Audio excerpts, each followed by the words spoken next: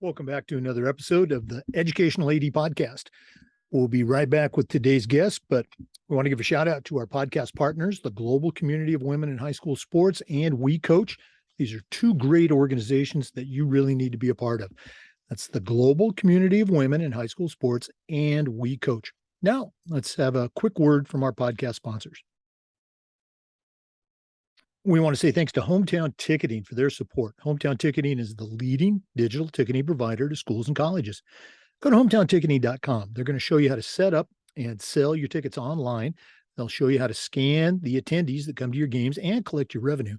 And every step of the way, you're going to have a dedicated client success manager that's providing hands-on support. That's hands-on support every step of the way. Go to hometownticketing.com. They'll also show you how to set up and sell tickets for things like school dances, school plays, concerts, even graduation. That's hometownticketing.com. Simple and easy online ticketing. We also want to say thanks to Snap Mobile for their support. At Snap Mobile, they know that you need a hand sometimes, and they are there all the way to help you develop a program that's going to be something you're proud of. Go to onsnap.com and check out their platform that helps ADs build thriving programs. There's a lot of different aspects to the platform. You've got Snap Raise, which is their fundraising app. We've used it at my school, and it's just fantastic. Snap Spend is a money management platform for clubs. Snap Store can help you provide great team gear and fan gear for every member of your community. They also have Snap Manage, which helps you manage your entire athletic program, and Snap Connect. Okay, that's their multilingual family engagement communication platform that allows you to support every family member. They are here for you. For more information, go to onsnap.com or contact your Snap Mobile representative to get the support that you need. That's onsnap.com. We also want to say thanks to Huddle. Go to huddle.com. Huddle is how the world sees sports. Over 200,000 teams use Huddle to help their athletes and their teams play better.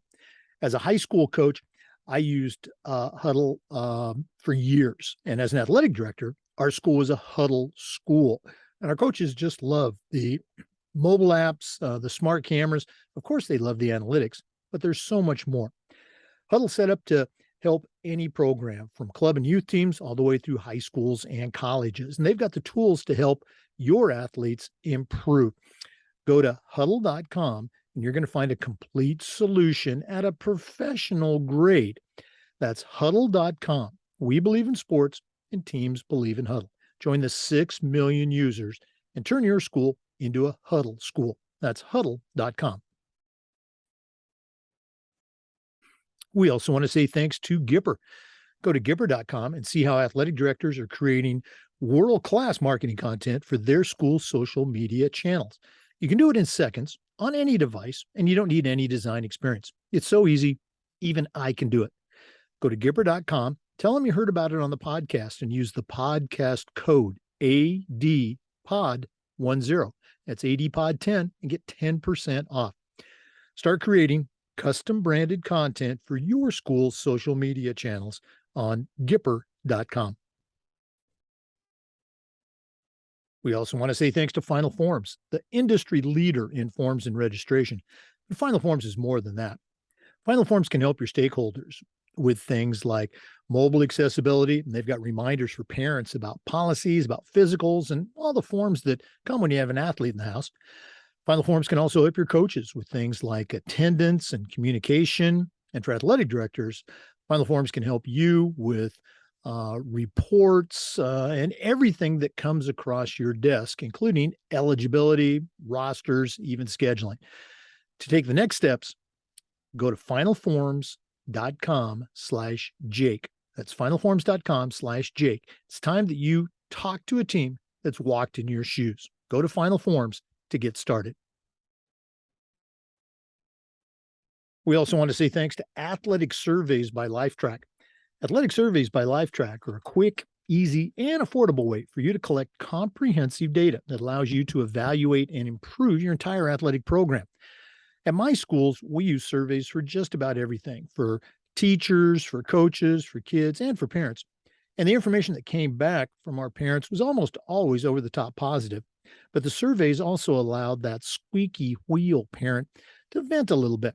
And sometimes they'd share a small issue that you could address and keep it from turning into a big issue because you didn't know about it because you hadn't done a survey.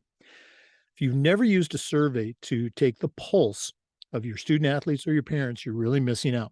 Go to athleticsurveys.com or email them at info@athleticsurveys.com to get started. Athletic Surveys by Lifetrack. Let them help you take your athletic program from good to great. We also want to say thanks to Sideline Interactive for their support. Sideline Interactive's indoor scoring tables and video boards not only generate income for your department, but they also create the ultimate game day experience for your student athletes. We've got a Sideline Interactive indoor scoring table in our gym, and it's just fantastic. Of course, we use it for games, but we also use it for pep rallies, for signing ceremonies. It's tremendously versatile, and the customer service is just fantastic. Go to sidelineinteractive.com and schedule a live web demo and see their tables and boards in action. You can also email them at sales@sidelineinteractive.com and see exactly what their fantastic products can do for you. That's sidelineinteractive.com. We also want to say thanks to Wall of Fame by Vital Signs. You know, they're on a mission to bring your school's legacy to life. If you're looking for a really cool way to display your school's record boards for all your sports, for all the events, or a great way to display your Hall of Fame, go to vitalsignswalloffame.com. Their interactive touchscreen consoles and their library of templates can help you recognize the athletic achievements of your students, both past and present. Let them help you showcase your school's diverse history and your proudest moments, and go to vitalsignswalloffame.com, or you can email them at sales@vitalsignswalloffame.com. That's vitalsignswalloffame.com. Welcome back, everyone, to another episode of the Educational AD Podcast. We've got a really cool guest today. I know I say that almost every week, but it's really true this time. We're going to be visiting with Candice Fabry. She is the CEO of an organization called Fearless and Capable out of Kansas City, Missouri. We're going to hear more about that. She's got a tremendous background in athletics as a player. She's also, in addition to being a CEO, she is the associate head coach for the Kansas City Courage of the United Women's Soccer League. And I'm sure we're going to talk about that as well. But Candice, welcome to the podcast. Thank you very much. I appreciate the opportunity to be on with you today. Well, we connected on LinkedIn. I saw a post about your organization, and again, want to give a shout out to two of our podcast partners, We Coach, as well as the Global Community of Women in High School Sports. Two great organizations that, listeners, you've heard me say this before, you should be a part of. And just as I was reading about Candice's organization, Fearless and Capable, I just said, we got to get this person on the podcast. So thanks so much for joining. We always like to let our listeners have a chance to get to know our guests. So give us that bio. What's the Candice Fabry story in about 4 minutes? Maybe take us up through those college years, post-college years, and then we'll talk obviously about your career. But, what's your story? I was born in I was born in Kentucky, quickly moved up to the Chicagoland area. So my Southern roots are really not that deep right now. It's actually more Chicago-based kid that grew up in the suburbs playing soccer. I did dance as well, but soccer was always number one, typically playing sports. I was a fairly smart kid, got good grades, really wasn't a troublemaker, partially because I was at soccer 99% of the time, and had two very supportive parents who had athletic backgrounds, but my mom is also in the mental health field, so it's good to have some of that. Sometimes maybe not as your mom all the time, but certainly it benefit in the long term. And then I had two younger sisters, a really good family dynamic, and was very supportive. I'm sure my sisters hated going to all my soccer games, but I did their sports. They came to mine. That was kind of the deal, and was fortunate enough to get then an opportunity to play at the University of Toledo, which playing Division I had been one of my goals for a very long time. And so that it really lined up in a lot of ways, the size of the university, the programming, academically, and then athletically. I knew I had a chance to play coming in, and so was very fortunate to play every minute of my freshman season as a defender.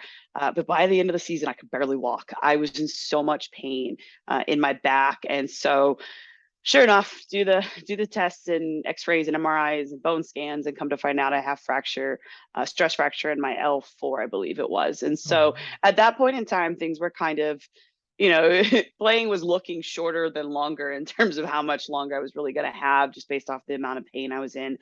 And so I had been coaching a little bit. I had been doing, helps with little camps and so on since I was 13, 14. I'd done, flyers in the neighbors' mailboxes to do individual lessons. And so, I had been in that love and enjoyed it. And so having to step off the field as, a player and kind of coming to that sideline, coaching started to take over as something I knew I was interested in. And so I graduated, but I was quickly into coaching and had started to take through the U.S. soccer coaching licenses, and, have been fortunate to be able to work within the youth game. Now I'm in the college game. I'm actually a head coach for the Ottawa University women's program outside of Kansas City. So add that to the soccer resume, as well as working with the KC Courage and a professional amateur. So, it was something that's always been there. But obviously understanding that the game is beautiful, but not just because of what happens between the white lines. It's a lot of work done outside of those white lines to provide an environment that the players and the staff can,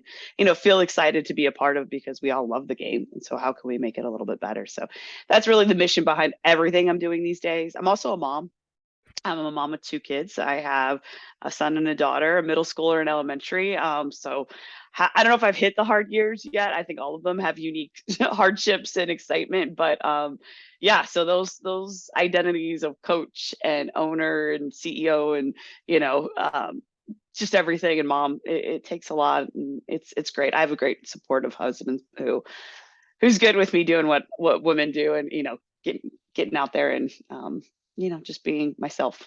So it's great.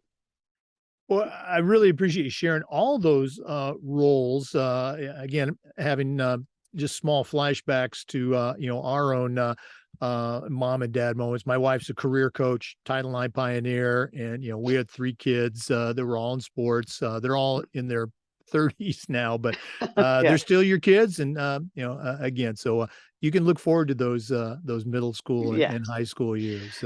I hope so. I hope so. You have no choice. Yeah. I don't. Yeah. Let's talk a little bit about coaching at the collegiate level, and also the professional level. Most of our listeners are high school ADs, high school coaches. We're starting to grow into that college realm. I Yep. coach college myself. Actually, I was back in Marshall, Missouri this past weekend at Okay. their Missouri Valley's Hall of Fame induction. One of our former players was being inducted, so I'm familiar with Awesome. the KCAC. Yeah, for sure. How is that? How is it coaching collegiately? How is it different? How is it the same? And professionally, working Yeah. with women, pro athletes, not Hmm. women athletes, but working with athletes at the professional level.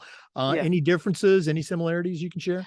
Yeah. I think, all of it, one, stems from what their experiences are like before they get to me. You can see, at least from the interactions that will happen on the field to the interactions off the field, where there's been some really great support systems and habits instilled, and where there's not been as much. And so as a coach, really understanding that you're going to have to lead each player as well as leading the team, and finding ways to, incorporate what you're doing on a daily basis ideally, impact, engage, support the individual so that the team collective is better in terms of the performance. And so, from my side, I've also coached high school. I still work in the youth game. And so I know what I want the women that I work with at that age to feel, which is self-confidence, maybe not in every capacity, but self-confidence and more self-worth, that they are worthy of love and support and have, a voice and are empowered. And not to use the cliche words that we all have, but, I'm a coach that really, really supports the opportunity to fail and try again. To fail and try again. And so I think, some of the things I see that are differences between the collegiate players and then the semi-professional players is that, the semi-professional players seem to grasp onto that capability to fail and go again. They are more confident to try a new way to solve. They are, more confident to come up and have a discussion with teammates. They find respectful ways to have dialogue that's not all about just agreeing. It's okay to have conflict, and they tend to manage that space a little bit better. I think collegiately, when I'm recruiting, potential student athletes into our program, I really am trying to set up the fact that you're going to come in and I'm going to ask you to solve problems. I don't need to be the vision you're always looking over to the sideline to say where you're going next, because I want you to feel confident in the fact that if you don't get it right that time or don't have it executed at the best time, that I have confidence that you can do it again. And then the other part of that, I think, is, when I look at then my role as a coach in terms of information I give, I wholeheartedly believe if I'm going to give any sort of critique, criticism, and feedback, anything that's coming from me needs to be teamed up with a resource. So if I'm going to ask you to improve a certain part of your game, I have a responsibility to add activities. I have a responsibility to show you resources, whether it's a book, a video, somebody to go follow, somebody to go talk to. And so I take that responsibility really, really, to heart. And I think, again, those levels of maturity within the semi-professional, they're coming to me. They're not waiting for me to come to them. They are certainly going to self-advocate, and that's what I've really instilled with the collegiate athletes. I really want them to find that voice now. Just coming in and saying you don't like something, I always go, well, why? Tell me why. Give me those things behind it, because I do want them to be able to articulate. You can feel things, you can, be passionate about stuff, but what are the whys? What are the solutions? What are the opportunities? And so giving them those chances to come to it. And, I always go, this is no way me saying I'm going to take your idea, do what you're asking for, but I'm happy to have the conversation, because I think that's an important life skill that I think I've learned later in life than I learned earlier. I said, yes, yes, sir, yes, ma'am, very, very often as a kid. And that's certainly something that I hope to instill in our student athletes, that you can do that, and there's a moment for it, but there are moments that you can certainly self-advocate. And I'd actually rather you come to me and say, hey, this is something I want to get better at. Do you have a way to do that? Or somebody, rather than, but those are the main differences, I think, between what I see is really that self-empowerment to go. Right. And again, it's hopefully it's part of that maturation process that, Yes. we all go through, hopefully, as we go high school, college, and let's say adult. I love you mentioned, that it's okay, to fail and fail again. And as coaches, we know that that's how you get better. If practice is, or if anything is just easy, and you never challenge, you're not going to get better. And Right. I'm going to guess you don't hear it so often coaching collegiate or professional athletes, but high school coaches, they hear it far too frequently from parents. They're trying to protect their child from Yeah. failure, and it's one of the things that we have to help them understand. Great stuff. Wow. Yeah. For our listeners, our guest today is Candice Fabry. She's the CEO of a company called Fearless and Capable. We're going to hear more about that as we get deeper in the podcast. She's also a college coach, a pro coach, got a tremendous background in sports. We're going to take our first break, but we'll be back. So please stay with us. This is the Educational AD Podcast. We want to say thanks to Sideline Interactive for their support of the podcast. Sideline Interactive's indoor scoring tables and video boards not only generate income for your department, but they also create the ultimate game day experience for your student athletes. We've got a Sideline interactive indoor scoring table in our gym, and it's just fantastic. Of course, we use it for games, but we also use it for pep rallies, for signing ceremonies. It's tremendously versatile, and their customer service is just fantastic. Go to sidelineinteractive.com and schedule a live web demo and see their tables and boards in action. You can also email them at sales@sidelineinteractive.com to see exactly what their fantastic products can do for you. That's sidelineinteractive.com. We also want to say thanks to Hometown Ticketing, the leading digital ticketing provider to schools and colleges. Go to hometownticketing.com. They're going to show you how to set up and sell your tickets online. They'll show you how to scan the attendees that come to your game and collect your revenue. And every step of the way, you're going to have a dedicated client success manager that's providing hands-on support. That's every step of the way. Go to hometownticketing.com. They'll also show you how to set up and sell tickets for things like school dances, school plays, concerts, even graduation. That's hometownticketing.com. Simple and easy online ticketing. Welcome back, everyone, to the Educational AD Podcast. Our guest is Candice Fabry, the CEO of Fearless and Capable, also a college and professional soccer coach.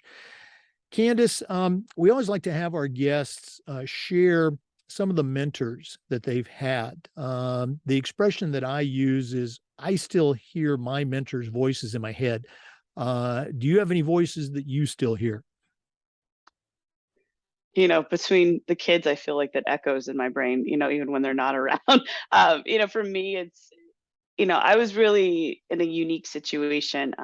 Part of my story, eh, known in different ways now. This past summer, The Guardian actually wrote an article about what happened to me the day that I committed to coach at the university I had played for. And that was that my head coach turned boss sexually assaulted me at a restaurant.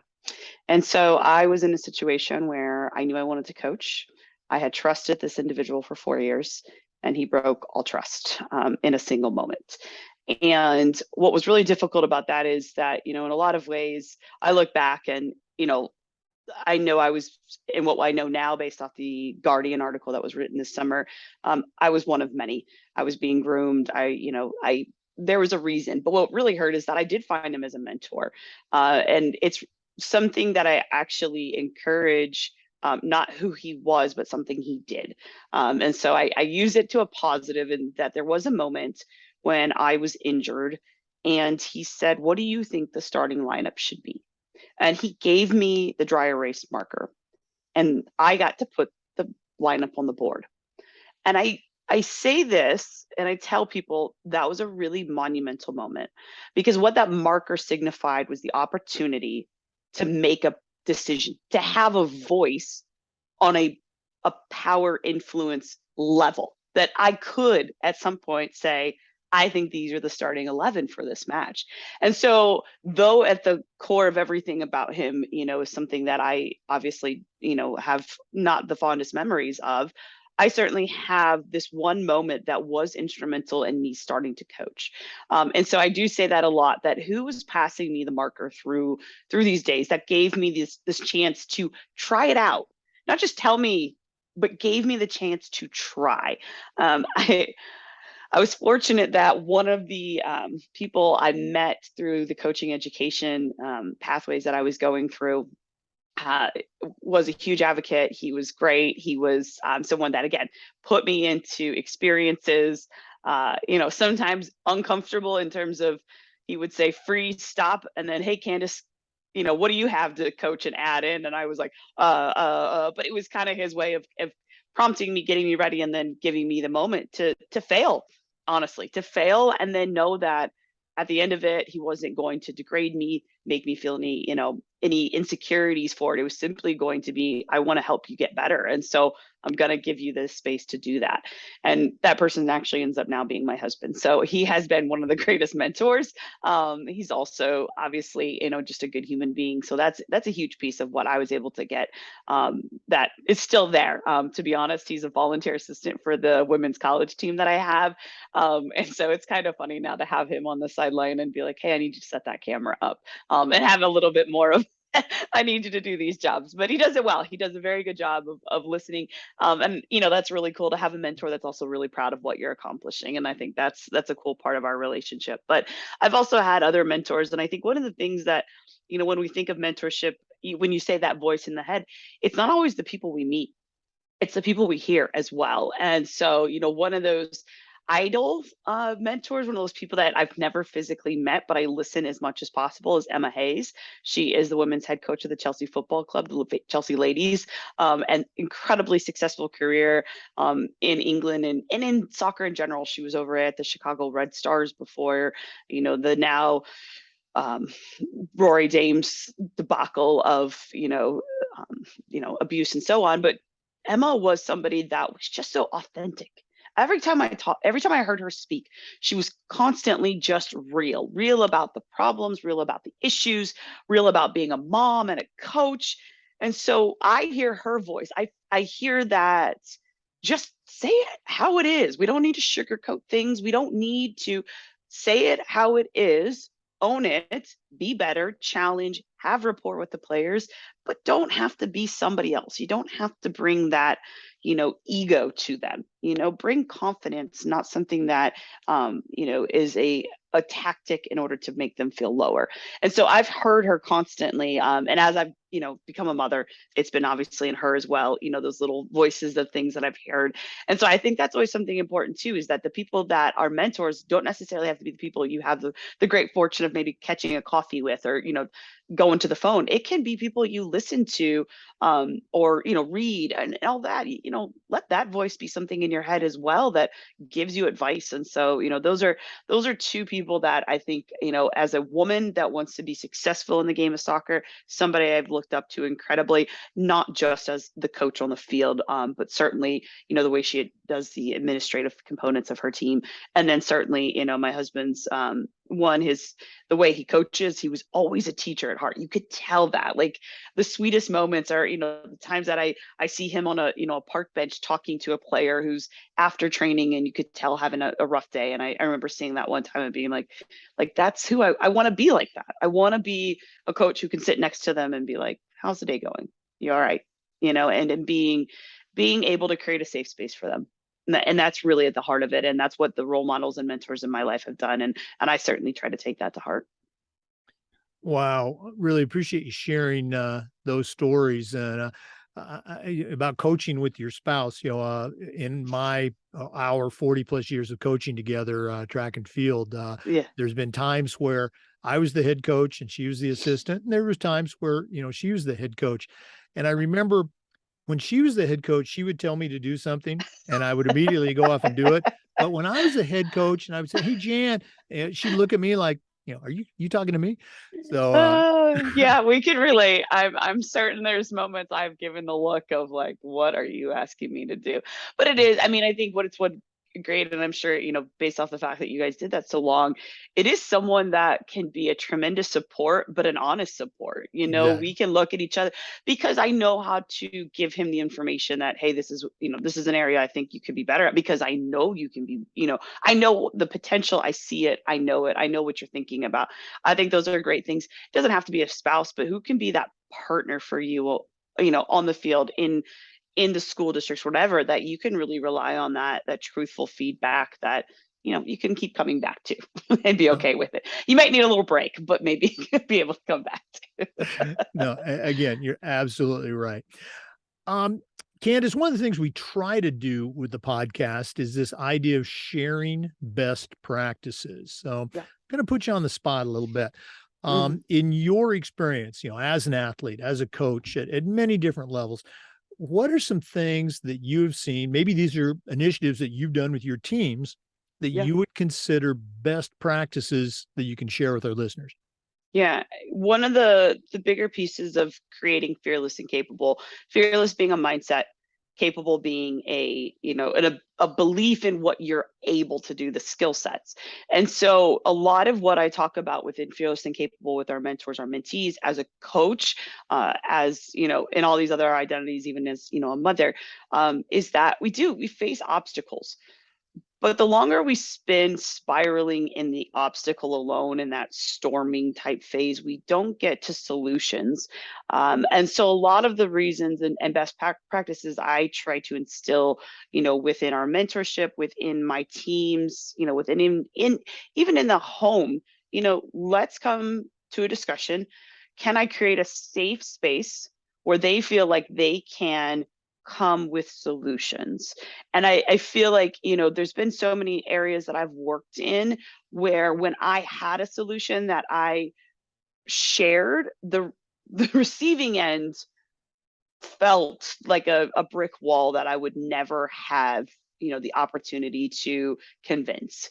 And, I never expected for them to take all ideas. I never expected, but I just felt like, well, this is a team, right? Like if we're all in this together and we're unified and aligned to what we want to do, why wouldn't a contribution, an idea, a thought, a solution from me to you, be something that would feel safe for me to do without a fear of retaliation, without a fear of judgment, without a fear of, anything coming in a negative way.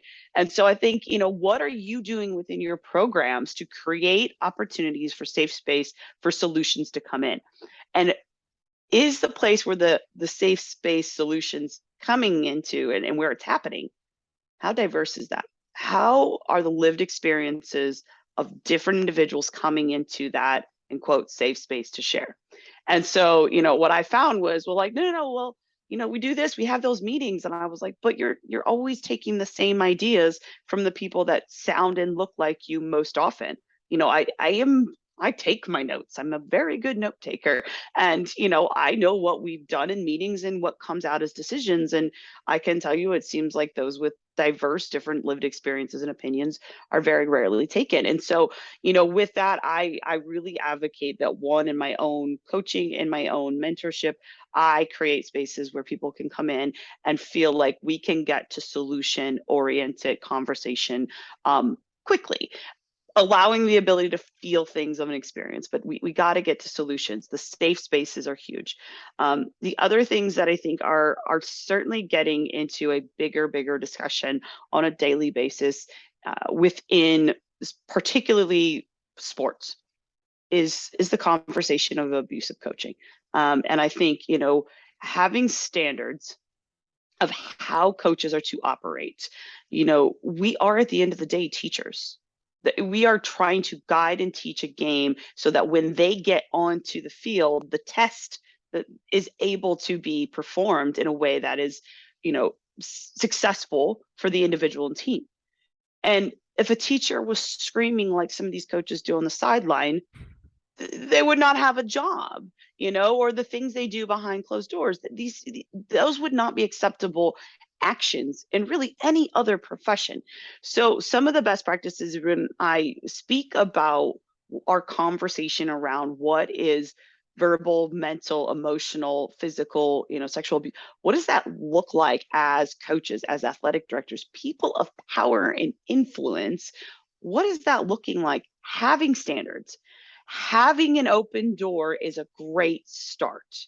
But what are you planning on doing when you get that one athlete that comes in, the first one to come in and say, something's not right? Even when you have maybe a long list of people that have said, all of this is great, this person's wonderful. What are you going to do when you get that player that comes in and says, this is what I've experienced? And I think why I say that is because, obviously within my own personal experiences as someone who, people had a great experience with my head coach in college. And I said, your truth can be that, but my truth can also be real. And that's the scary part of life right now, right? Is that we have people who can operate both. They can abuse some and they can be wonderful to others. So as athletic directors, as people of influence and power, as coaches too, what is our role, our responsibility? And I think it truly is to create an open door policy that has follow through. The follow through has to have something that comes out of it. And too many parents, too many people I'm talking to, assistant coaches who have seen abusive behaviors from the head coach that they want to go speak Right. out to, there's no follow through. And the follow through can sometimes just be this Well, everybody else says they're great. Remember, both can be true. So best practice is remember both can be true. Maybe you don't find it fireable. Maybe you don't find it to be something that, ultimately is of the majority. But it's an important piece to know. And what could you do then to educate the coach, the person that maybe is doing these abusive behaviors? What is their response to saying, listen, this is something we've learned.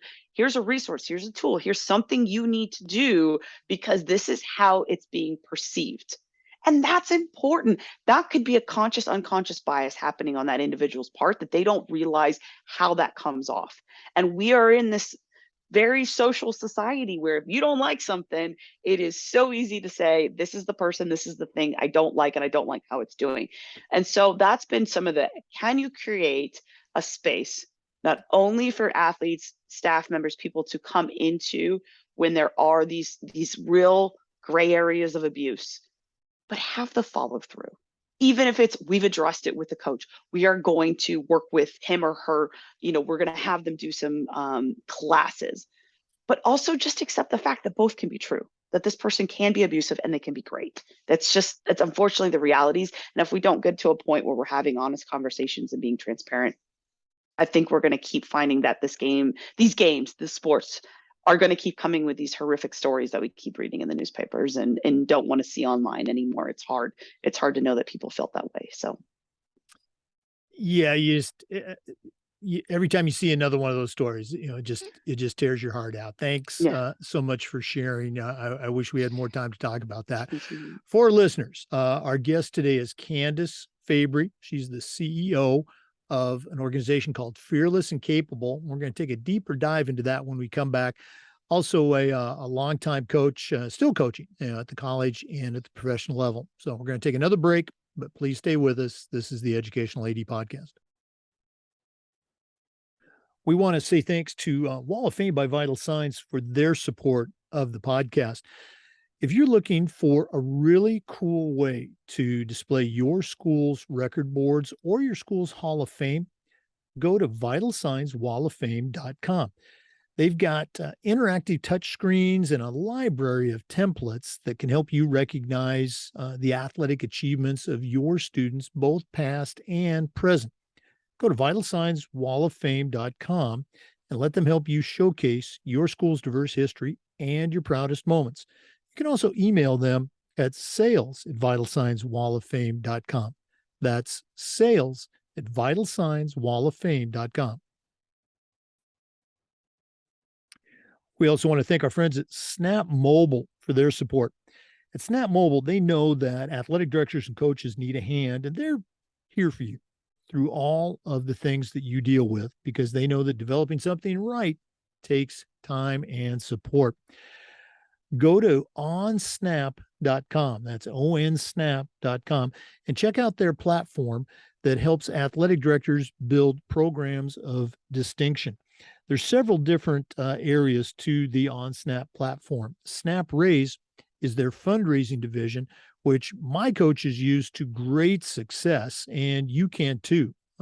Go to their website and check out the thousands and thousands of dollars that they've helped schools just like yours raise using the Snap Raise aspect. They also have Snap Spend, which is a money management platform for clubs. Snap Store allows you to buy custom gear for your team, your fans, anybody associated with the program. Snap Manage is their website division. They'll help you design a website just for your program. And Snap Connect is the multilingual family engagement platform that allows you to support every family in your community. They're here for you. So for more information, go to onsnap.com or contact Snap Mobile to get the support that you need. That's onsnap.com. Welcome back, everyone, to the Educational AD Podcast. Our guest is Candice Fabry. She's the CEO of an organization called Fearless and Capable. Candice, you talked a little bit about Fearless and Capable, but let's take a deeper dive. Share with our listeners, its origin. How'd you get the idea? How'd you get it up and running? And then, of course, we'll want to give out contact information so they can find out more about it. But What's Yeah. the fearless and capable story? Yeah. So obviously the pandemic was an experience for everyone, and we all had different, moments through it. And I certainly was at a point in my career where I had discovered more female mentors. I was getting into spaces where I was actually seeing more women working, and I don't think it was that there were more women employed. I was just finding that way up the ranks that I was getting into these opportunities that showed that there were other women working, and getting the chance to speak to them and understanding more about who they were, their experiences, things that they've wanted to accomplish, or however it landed. But in these conversations, I had so much that would come out of it for myself, and what I could then relay to others. And so when we go through the pandemic and we get so heavily reliant on technology to connect us to individuals, that light bulb kind of went off for me and said, what if I could find a way to use technology to have these connections happen? Because where women are working, in particularly, what I had experienced in soccer, but within my research, finding out about other sports, there's just not a ton of women working in sports. And so, what if the use of technology could help bring that mentorship, that relatable mentorship, to them when it's non-existent, whether that's because of where they work, who they work for, or just the geography in which they're currently at. And so we really looked at that. I've been a kind of, like I said, a solution oriented kind of person. I've created women's groups, through the years in a number of capacities, and, had most recently worked in Iowa before I got to Kansas City and created the Iowa Women in Soccer Alliance.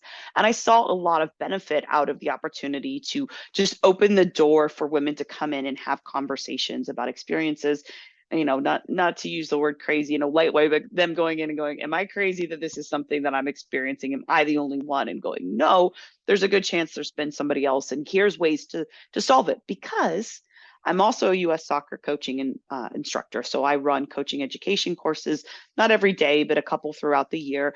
And I've been running all female courses along with co-ed courses for the last couple. And the experiences I'm finding out of running an all female coaching course is that these environments where they get to connect and network is really huge in keeping them in the game.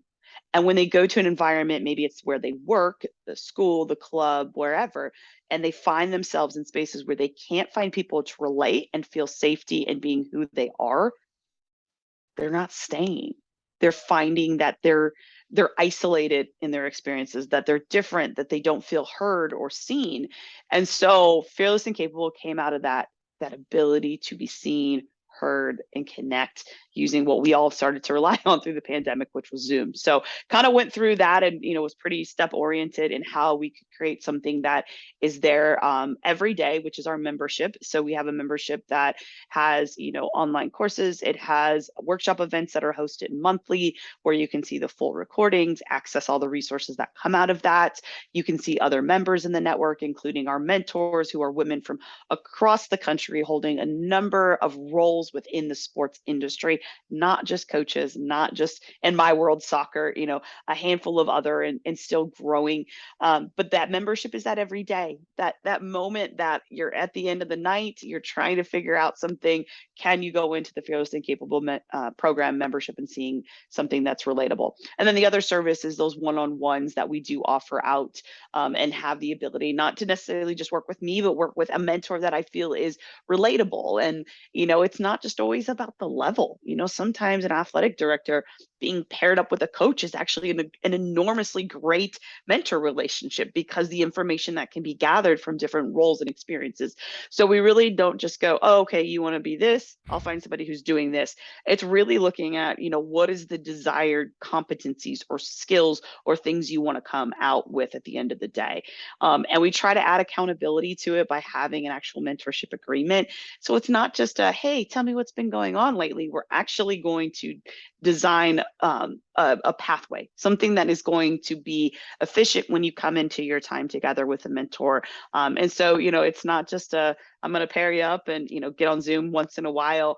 There's an agreement. There's things that the mentor is going to do to hold themselves accountable. The mentees are going to have accountability as well. And it's not to say, hey, if you're going to come in and, half do this, it's not going to work, but it's going, let's let's ensure you get something out of this. If you're going to take this really great step and we're going to, put the work in, we want you to come out feeling more, competent, more capable in something that, perhaps you need in your own and professional world. And so really that's where that origin story came out of. And like I alluded to before, fearless and capable came out of the fact that those were two words that resonated with me and who I wanted to be. And that's when, I kind of hit rock bottom in pandemic, not unlike many others, but felt that I don't know who I am. I don't know what I'm supposed to do. And when I really, had this great time to kind of be, I said, these are the two things I want to be. I want to be fearless.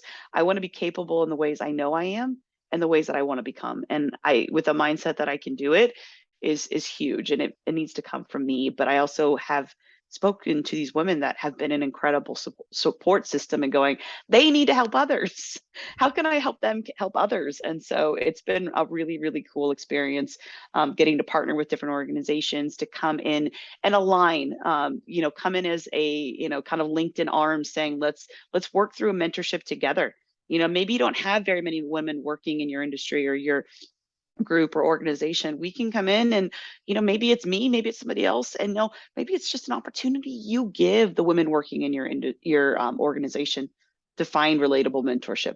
It's not about taking them out and showcasing what you're not doing. It's actually just helping to benefit what you are doing already. So Yeah, and again, you really touched on an important aspect of mentoring. Is that not only can people be mentored, but they in turn complete that circle and then begin to mentor yeah. others. Very cool stuff. Candice, if one of our listeners wanted to find out more about the organization, get involved, or even pick your brain a little bit, hmm what's the best way that they can get a hold of you? Yeah. So fearlessandcapable.com, just simple resource there, to be able to reach out to me personally, and then also follow us on social media channels, so Facebook, Twitter, and Instagram at fearless capable. And then I am pretty active on my own social media channels, discussing things, to my personal life in some ways, to professional as well, because like I said, I've kind of got a handful of other little identities that I hold here and there, like a coaching instructor. So open book on Candice Fabry on Facebook, Twitter, and Instagram. I've not joined the TikTok. No, I'm not there yet. I'm not there yet. But I think my daughter wants me to do the dances with her, but not there. But yeah, no, happy to always have a discussion. And, even if somebody's trying to understand, what mentoring could be and a benefit, always happy to jump on a 30-minute call. No charge, just get on the call and talk and let's see what you're going through. And, again, to me, it's always something of, I'm going to provide some resource. Even walking away, I always want to give somebody something that I know that I can help them, because that's what's been best for me, is these little people that didn't realize they mentored me by leaving me with this little nugget, whether it was something they said, something they recommended. And so I just hope to do that for as many as I can, because it's really got me to where I am today, which is believing in my self-worth. And that's huge. Oh, again, great stuff, and appreciate you sharing. We'll give that contact information out again, at the end of the podcast. So Yeah. for our listeners, our guest is Candice Fabry. We're going to take another break, but we'll be back with some more. This is the Educational AD Podcast. We want to say thanks to our good friends at Huddle for their support. Go to huddle.com and see why Huddle is how the world sees sports. As a high school football coach, I used Huddle for years, but as an athletic director, our school was a Huddle school, and our coaches just love the mobile apps, the smart cameras. Of course, they love the analytics, but there's so much more. Huddle's built for every level. If you're a club coach, Huddle can help you. They've been in high schools and colleges and even the pros for years, and Huddle can help every team, every coach, every athlete perform better. Go to huddle.com and you're going to find a complete solution for your athletic department. At Huddle, we believe in sports and teams believe in Huddle.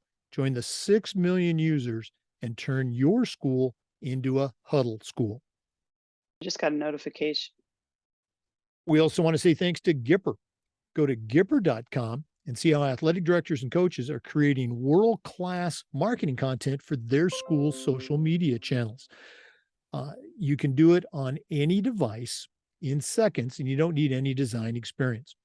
Go to Gipper.com and start creating world-class marketing content for your school. Tell them you heard about it on the podcast and use the podcast code ADPOD10. That's ADPOD10 and get 10% off.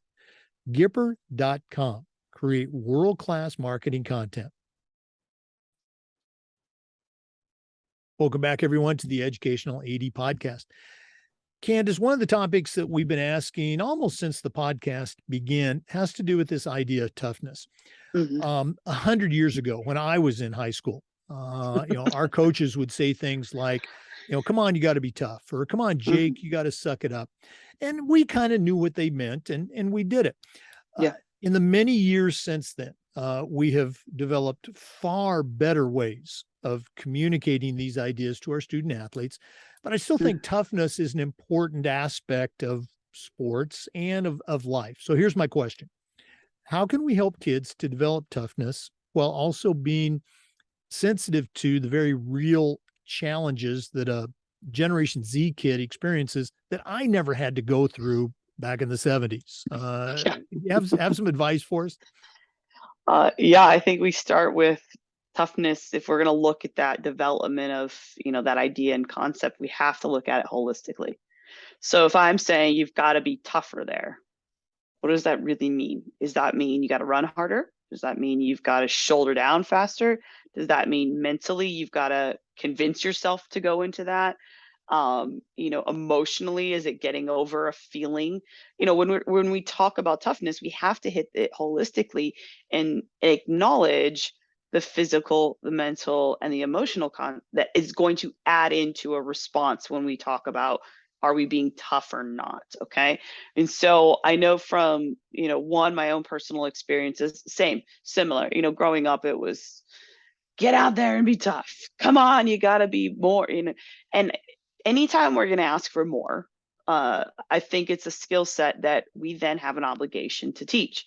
And so if we're going to talk about, how to go into a physical toughness, are you going into how they do that? So are you as a coach talking about speed and agility? How are you acknowledging physical strength? Because if you're asking a youth athlete in particular to go into a situation that they need to exert physical toughness, are you doing things to develop the skill set in order to come into that with an experience they can learn from? So whether they succeed or fail, are you giving them tools to go experience the tough moment physically and come out with something to learn from it?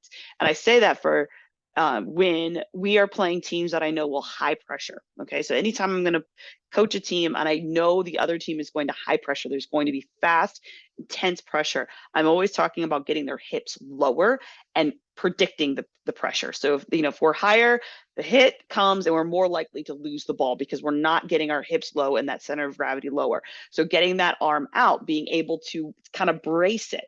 So am I giving them tools? Be tough. You got to be ready for the hit. Get your hips a little bit lower. Can you get your arm out? Can you absorb that? That helps them then have the tools to execute the toughness. Okay. If we're talking the mental part, let's talk about the fact that what is the fear to go into that tackle?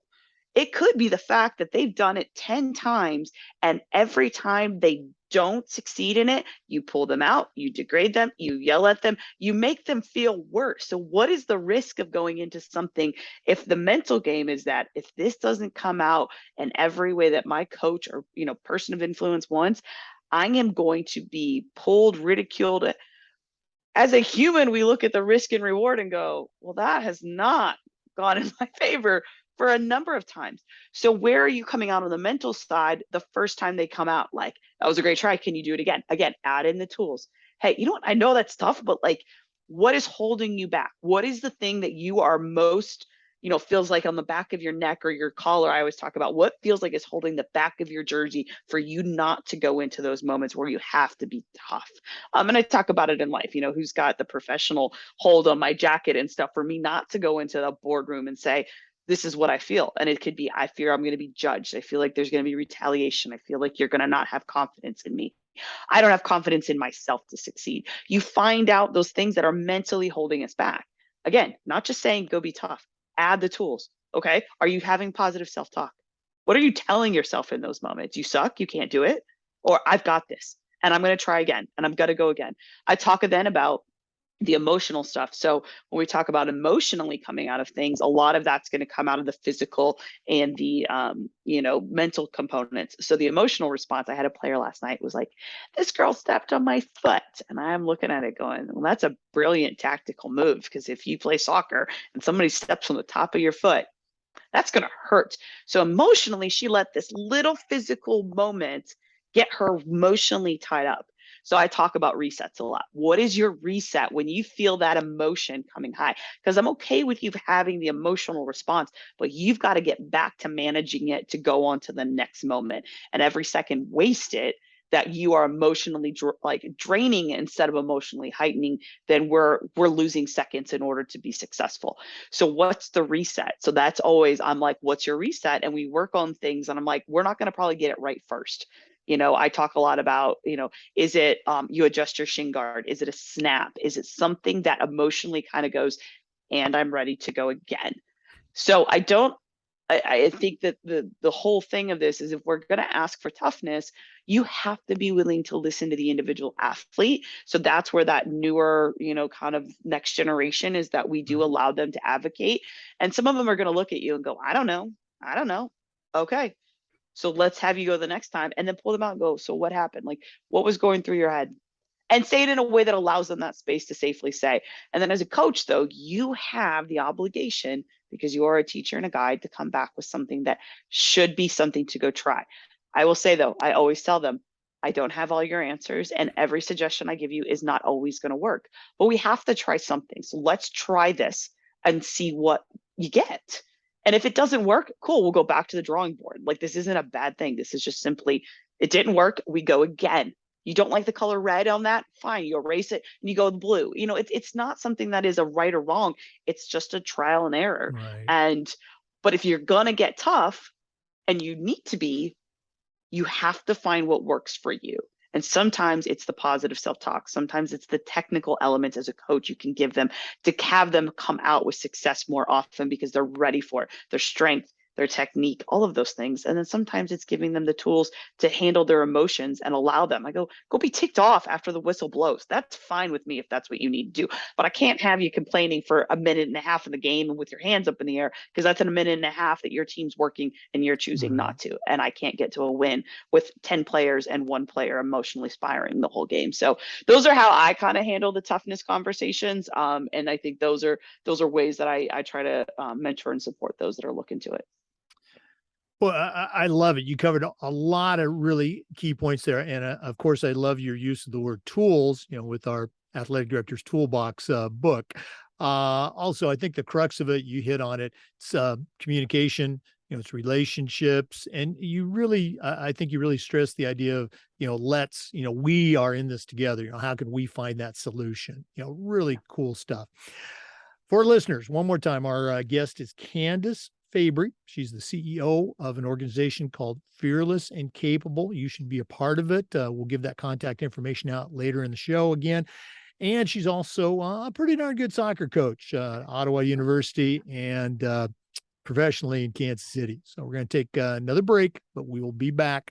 This is the Educational AD Podcast. We want to say thanks to our friends at Final Forms, the industry leader in forms and registration, but there's so much more than that. Final Forms can help your stakeholders with things like mobile accessibility. They've got reminders for parents about policies and physicals and all the forms that go when you have an athlete in the house. Final Forms can also help your coaches with things like communication and attendance. And for athletic directors, Final Forms can help you with eligibility, with rosters, and all the reports that come across your desk. You should be talking to someone that's walked in your shoes. To take the next steps, go to finalforms.com/Jake. That's finalforms.com/Jake to get started with Final Forms. Welcome back, everyone, to the Educational AD Podcast. Candice, another one of our, longstanding questions has to do with this concept of social awareness. And I know that's a big umbrella, but how can an athletic director or a coach or a leader do a better job of being socially aware for their stakeholders, for their community?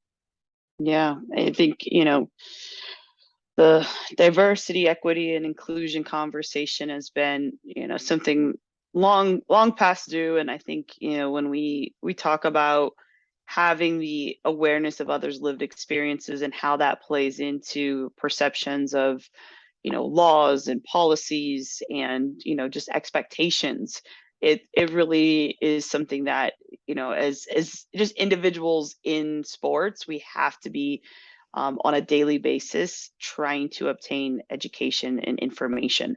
And so, one of the things I've been seeing added on at the end is a B for belonging. And so diversity, equity, and inclusion, and then belonging. And so, what resources and things are you checking into regularly in order to self-educate? What webinars are you jumping on? Are you jumping on just the ones that are ticking the boxes to say, well, that pertains to being this identity, or are you looking into other ways to gain information, and be aware of others' opinions, others' experiences that might play into what you're doing on a daily basis? And I think, for example, there's several podcasts, and one of them is the Burn It All Down podcast. I love it. It's a very female feminist, come on, there's a moment where you feel like none of it is in your favor. Can we just take it down to ground level and try to build again?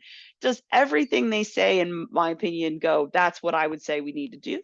No, but it could be helpful for sometimes, let's say, a man to listen to this and not necessarily jump into this is, they're all just, but could it look into it and say, why would they feel like burn it all down is a pathway to go?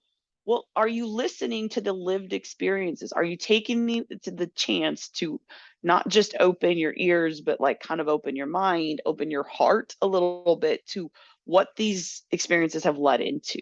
And so when we talk about, the socially aware, I think, realizing that there's so many different mediums, you guys doing a podcast, years ago, that was a huge, new thing. And now there's so many resources that's awesome. What's going to be the next thing that, unfortunately we kind of got to keep up with, because that's where those social issues are going to come into it. I also think there's really opportunities within social media that it's hard sometimes to ensure that you're doing it in a way that's not offensive, but I also think it's such a tool in representation. Representation matters. It is absolutely positively something that matters. And so where can you use social media in a way in your organization to show the social awareness? Not just check the boxes of somebody that looks different. What ideas, what experiences, and are you telling people of different lived experiences what you're celebrating about them? Bring them into the conversation. Let them take over the Instagram account, for example, and give their experiences as somebody living in that minority or someone with those lived experiences. Because social awareness is the fact that you're not just listening to one viewpoint, and you're not just going to be the one that relays the information. You're pulling a seat up at the table. You're going to move your seat aside. You're going to bring them in and allow them to give from their words what has happened and what they see as potentials for the future. That, to me, is the social awareness we need more often at the decision-making levels, particularly in athletics, is move a seat over and bring somebody else in.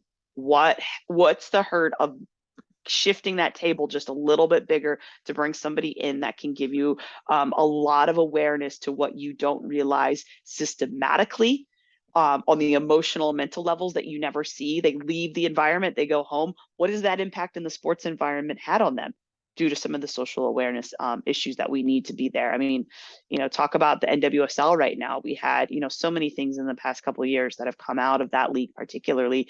You have abuse, you have the support for trans kids, you've got just a multitude of social awareness things that, it's a platform for them to use. Social media can be a great way for you to show that social awareness and that diversity, equity, and inclusion and belonging in the organizations you run.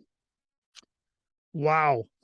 Again, you covered a lot of ground with that, and it's just so true. And again, not trying to blow our own horn, but, we try to do that same thing with the podcast is, have women leaders, women coaches, women ADs on to share their story because, you're right. They're underrepresented, particularly, as athletic directors. So Yeah. thanks so much for sharing. Thanks so much for being a resource. And thanks for Mhm. being on our podcast too. This has been really cool, getting to know you just a little bit and hearing about your organization. Mhm. But we're not done yet. We always wrap up with what we call the athletic director's toolbox. We've already established, your experience and professionalism in the area of coaching and athletics. But when we come back from our break, I'm going to ask you to send out a brand new athletic director, or we could say a brand new coach, on their very first job. But I'm only going to let you put 3 things in their toolbox. So let's hear from Athletic Surveys, who sponsor the toolbox segment. And when we come back, we're going to find out what Candice Fabry is going to put into her new athletic director toolbox. Please stay with us. We want to say thanks to Athletic Surveys by LifeTrack for sponsoring the Athletic Director Toolbox segment of our podcast. Athletic surveys are a quick, easy, and affordable way for you to collect comprehensive data that allows you to evaluate and improve your entire athletic program. At my schools, we use surveys for just about everything, for parents, for kids, for coaches, for teachers. And the information that came back on these surveys was almost always over the top positive, and it'll be the same for you. But the surveys also allow that squeaky wheel parent to vent a little bit. And sometimes they'd share a small issue that you could address and keep it from turning into a big issue because you didn't know about it because you hadn't done a survey. Go to athleticsurveys.com or email them at info@athleticsurveys.com to get started. You've never used a survey to take the pulse of your parents or your student athletes, you're really missing out. Go to athleticsurveys.com and let them help you take your athletic program from good to great. Well, it's that time of the podcast. We've been visiting with Candice Fabry, the CEO of Fearless and Capable, also the head coach of Ottawa University's women's soccer team and the associate head coach of the Kansas City Courage. But right now, I'm going to challenge her to send out a brand new athletic director on their very first job, but I'm only going to let her put 3 things in that toolbox. Candice, what 3 items are going to go into your new athletic director toolbox? Yeah, a pen. I say this because I think technology has been a wonderful resource, but I really believe in one goal setting, and scheduling and planning to be done with a pen. So, as a new athletic director, when you're going to start to get those schedules together, those goals you're going to set personally for yourself, for your program, your area of expertise, be comfortable writing it out, because I always say brain, heart, and through the pen. So, you're conceptually going to come through here and have these ideas. How is it going to feel when it hits the heart? What is it going to do? How is it going to leave you feeling? How is it going to leave the people you are leading feeling at the end of the day? And writing it out, something about you writing it out empowers you.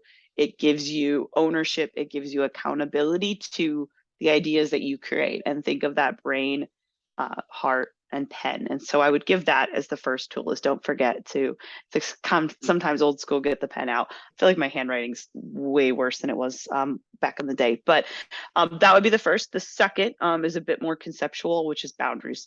That is something that I had to learn and took way too long to learn, was boundaries, how important they are. Definitely when we get into sports, we realize sports happens, really at this point 24/7, right? There's not just the matches at the evenings you're going to go into. It's not the practices or weights that's happening before school. It's happening 24/7. You have to establish boundaries. It's better for your mental health, your physical health. You need to take care of yourself, because you cannot take care and lead the people you're in charge of leading, your staff, the coaches, the players, without those boundaries where you give yourself the self-care. It can be as simple as 2 minutes of meditation. It can be a 10-minute walk you take. It is incredibly important. Vacation, taking time off is incredible to the reset, because the energy you're going to give out is going to be enormous and impactful, but you have to find a way to recharge. So boundaries are always something that I think are important to be able to set. You're not available, my focus is on, or whatever, on your phone, do those, because it's really, really important. And then the third thing is finding someone to talk to. And so that's where I'm going to certainly plug Fearless and Capable. Having someone to speak to that is relatable, that has maybe had lived experiences, that can also then be intentional in what you want to get better at, even if figuring out what you want to get better at is the thing you need to get better at. We're here to help. And certainly it is a female-led program, but it is not only for women. I've mentored plenty of men in the sports world and in the coaching profession, but it's female-led. It's seeing females in roles and positions of influence and support. And then my hope is that more young women can see themselves filling that role. Honestly, probably today they don't see that as an opportunity, but they probably have some capacity to be a mentor to someone today. But then obviously in the future, seeing the significance and the importance and the impact. So a pen, your boundaries, and then a little bit of Fearless and Capable in you will help for sure. I love them all. I love the old school writing it down. That certainly fits with my style. You mentioned Fearless and Capable. Great setup for my last question. If one of our listeners wants to reach out, find out more about the organization, sounds like it's really something we should all be involved with, as well as maybe picking your brain as a leader, as a coach. What's the best way they can do that? My email address is Candice@fearlessandcapable.com. The and is spelled out, no sign, the cool and sign. But then on the website, fearlessandcapable.com, there's a way to contact me through there. There's a way to join the membership with a free 30-day trial. I want you to come in, see the tools and resources we have, see if it's a fit for you. And then obviously the one-on-one sessions are available there to kind of check out. You can see who the mentors are in our program currently. We're always adding people in as mentors. They also have a little bit of training and things they have to go through. It's not just, oh, you're awesome, cool, come be a mentor. There's certainly a process we go through to ensure that we have a diverse background, diverse lived experiences, even different styles of mentoring. We do really vet that. So those are the easiest ways. And then certainly always on social media channels on Facebook, Twitter, and Instagram @Fearless and Capable. And then, myself, Candice Fabry, always an option to hit me up. You can catch me on the fields. I'll actually be in Orlando in November. I'm a Midwest regional staff coach. So I am coaching the 2009 girls, which is crazy that 2009 is the age group that's like, in middle school, high school, but I coach them. I'm the assistant coach for the Midwest team. And so we'll be down in Orlando right before Thanksgiving playing the other regions, which is kind of cool. So those little things I do here and there, that's in the youth game, but it's always fun. And so, yeah, those are different ways. Catch me on the field and come say hi. I'm happy to have a discussion and see what you're up to, and, even ways that you can help me. And hopefully I can leave a nugget of resource for you as well. Well, again, thanks so much for being on the podcast. One more time for our listeners, Candice Fabry, the CEO of Fearless and Capable. Thanks for being on the podcast today. Thank you for having me. I really appreciate it. For our listeners, remember our Zoom recordings of every interview get uploaded to the Educational AD Podcast YouTube channel. We appreciate you listening today. Come back just about every day for new content on the Educational AD Podcast. We'll see you next time. We hope you have enjoyed this episode of the Educational AD Podcast. We want to give a shout out to our two partners, We Coach and the Global Community of Women in High School Sports, two great organizations that you should be a part of. Thanks again for listening. We'll see you next time on the Educational AD Podcast.